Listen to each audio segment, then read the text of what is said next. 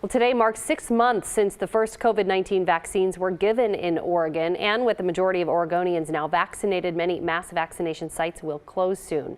The convention center and PDX airport clinics will shut down this weekend, and the site in Hillsborough will close later this month. Multnomah County's health officer says one big takeaway is that the mass vaccination sites didn't reach marginalized communities.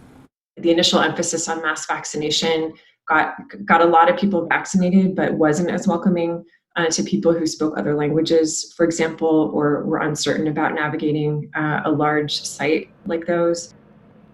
And Dr. Vine says you'll see pop-up vaccine clinics once the mass vaccination sites are closed.